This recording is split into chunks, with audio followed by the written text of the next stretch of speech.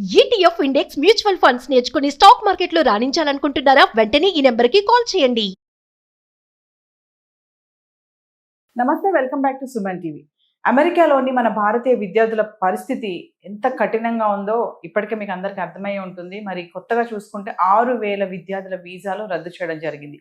అందులో 4,000 మందివి నేర ప్రవృత్తి గలవారివి. ఎందుకంటే గతంలో ట్రంప్ చెప్పినట్టుగా గవర్నమెంట్ సంబంధించి సోషల్ మీడియాలో ఎలాంటి పోస్టులు పెట్టినా, ధర్నాలు చేసినా, దాడులు చేసినా వీసాలు రద్దు చేస్తారని ఇప్పటికే చెప్పడం జరిగింది. మరి ఈరోజు చూసుకుంటే 6,000 వీసాలు రద్దు చేశారు. మరి మన విద్యార్థులు, మన భారతీయ విద్యార్థులు అమెరికా చదువులు అంటేనే అయ్య బాబోయ్ అంటున్నారు.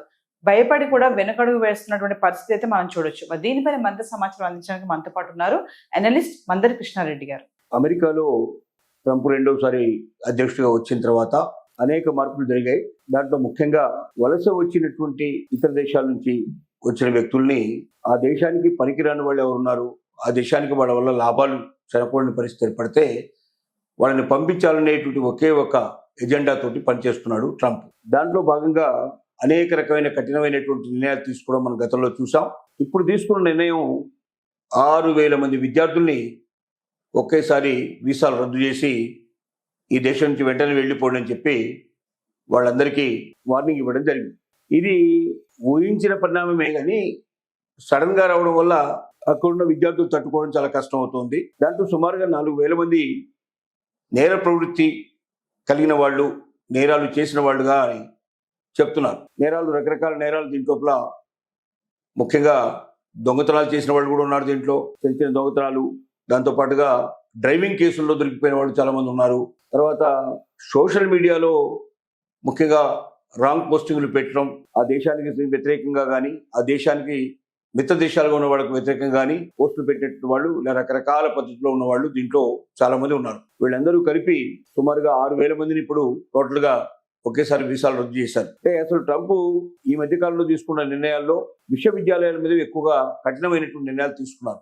ముఖ్యంగా విశ్వవిద్యాలయాల్లో వాళ్ళకి ఇచ్చేయాల్సి ప్రతి సంవత్సరం ఏవైతే పెద్ద ఎత్తున గ్రాంట్స్ ఇస్తున్నారో ఆ గ్రాంట్స్ నిలుపుదల చేశారు. అంటే సెంట్రల్ గవర్నమెంట్, స్టేట్ గవర్నమెంట్స్కి గ్రాంట్స్ ఇవ్వడం అనేది మానేశారు. విశ్వవిద్యాలయాలకు డైరెక్ట్గా ప్రభుత్వం ఇవ్వాల్సినటువంటి గ్రాంట్స్ ఆగిపోవడం వల్ల చాలా మందికి స్కాలర్షిప్స్ రాకపోవడం, తర్వాత చాలా మంది మరి ప్రొఫెసర్స్ పనిచేసే వాళ్ళకు కూడా జీతాలు దాంట్లోంచి వచ్చేటువంటి అవకాశాలు ఉండేవి. దానివల్ల చాలామంది ప్రొఫెసర్స్ మానేయడం జరిగింది. అలాగే స్టూడెంట్స్కి వీసాలు మరి వచ్చినా కూడా దాంట్లో వారికి వేతనాలు రాకపోవడం వల్ల, ఉపకార వేతనాలు రాకపోవడం వల్ల, స్కాలర్షిప్స్ రాకపోవడం వల్ల వాళ్ళు కూడా చదువు మానేయాల్సిన పరిస్థితి ఏర్పడింది.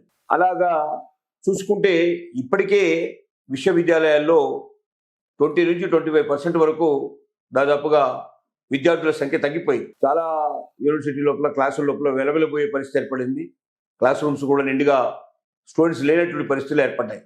కారణం ఏంటంటే ట్రంప్ ఆలోచించేది ఒకటే, వీళ్ళ వల్ల ఇక్కడికి వచ్చి ఇక్కడ ఉద్యోగం చేసుకొని ఈ ఉద్యోగం మీద ఆధారపడి అలాగే ఇక్కడ చదువుకోవడం కానీ, ఇక్కడ జాబ్ చేసుకోవడం కానీ చేద్దామనే ఉద్దేశంతో వచ్చిన వాళ్ళు మాకు అక్కర్లేదు. మాకు కావాల్సిన వాళ్ళు ఎవరంటే ఆల్రెడీ అక్కడ పూర్తిగా తయారైపోయి ప్రతిభ విపరీతంగా ఉన్నవాళ్ళు, మేధస్సు కలిగిన వాళ్ళు మా దేశానికి వచ్చి ఆ మేధస్సు ద్వారా ఇక్కడ డబ్బు మరి ఎక్కువగా పెరిగేటట్టు చేయడం కానీ, అవకాశాలు ఎక్కువ పెరిగేటట్టు చేయడం కానీ, మేధస్సును ఎక్కువ పెంచేట పరిస్థితి ఉండటం కానీ ఉండాలి. లేదంటే డైరెక్ట్గా వాళ్ళు డబ్బుతోటే వచ్చి ఇక్కడ పెట్టుబడులు పెట్టి తద్వారా ఇక్కడ ఉన్నట్టు వాళ్ళకి ఉద్యోగ ఉపాధి అవకాశాలు కల్పించేటువంటి పరిస్థితులు ఉండాలి. అలాంటి వాళ్ళు మాత్రమే మాకు కావాలి తప్ప మిగిలిన వాళ్ళందరూ ఈ దేశానికి వెళ్ళిపోవాలని ఒక రకమైన నిబద్ధతతోటి పనిచేస్తూ ఉన్నాడు, నిర్ణయంతో, ఆలోచనతో ఉన్నాడు. ఇలాంటి మొండి ఆలోచనతో ఉండేటువంటి ట్రంప్ను మార్చడం చాలా కష్టం. అందుకే రోజు రోజుకి ముఖ్యంగా భారతీయ విద్యార్థుల పరిస్థితి మరింత దిగజారిపోతోంది. ఏ చిన్న తప్పు చేసినా, చిన్న పొరపాటు చేసినా, ఒక వార్తని ఫార్వర్డ్ చేసినా, అంటే తను సృష్టించకపోయినా ఎవరో సృష్టించి తనకు పంపిస్తే తను దాన్ని తన ఫ్రెండ్ సర్కిల్ వరకు పంపించినా సరే, అది అమెరికాకు సంబంధించిన లేక అమెరికా మిత్ర దేశానికి సంబంధించిన ఏదైనా వ్యతిరేకమైన వార్త కానీ, లేక దాన్ని వాళ్ళు ఏదైనా ఒక నినాదాన్ని ఇచ్చేటువంటిది కానీ, లేక తీసుకున్న నిర్ణయాలు ఏవైనా పొరపాటుగా ఉన్నాయని చెప్పడం కానీ, ఇలాంటివి ఏం జరిగినా వాటి మీద కఠినమైన నిర్ణయాలు తీసుకుంటున్నారు. ఇప్పటికే సోషల్ మీడియాని మొత్తం టోటల్గా బహిర్గతం చేయాలన్న కండిషన్ పెట్టారు. అంటే ఏ స్టూడెంట్ అయినా తను వీసా కోసం అప్లై చేసినట్టయితే దాంతో పాటుగా తన సోషల్ మీడియా ఖాతాలు మొత్తం కూడా పూర్తిగా దాంట్లోనే తెలియజేయాలి. ఆ తెలియజేసిన ఖాతాల్లో ఆల్రెడీ డిలీట్ చేసినటువంటి వార్తలు కూడా తిరిగి వాళ్ళు ఓపెన్ చేసుకొని చూసుకొని వాటిలో ఏదైనా సరే అనుకూలంగా లేనటువంటి ఏమైనా వార్తలు ఉంటే వాళ్ళని కూడా వెనక్కి పంపిస్తున్నారు. అంటే ఇక ఉంచి భవిష్యత్తులో అసలు భారతీయ విద్యార్థులు కానీ లేక వలస వచ్చినటువంటి విద్యార్థులు కానీ మరి అమెరికాలో ఉండి ఏదైనా జాబ్స్ చేసుకొని చదివి వాళ్ళు ఉద్యోగాలు కూడా సంపాదించుకునే పరిస్థితుల్లో వాతావరణం పూర్తిగా పోయింది అని చెప్పక తప్పదు. అందుకే రోజు రోజుకి అమెరికా వెళ్ళే వాళ్ళ సంఖ్య తగ్గిపోతోంది. వెళ్ళే వాళ్ళలో 50% దాదాపుగా మానేస్తున్నారని చెప్తున్నారు. అలాగే వెళ్ళిన వాళ్ళలో కూడా 25% దాకా వెనక్కి వచ్చే పరిస్థితులు ఉన్నాయంటున్నారు.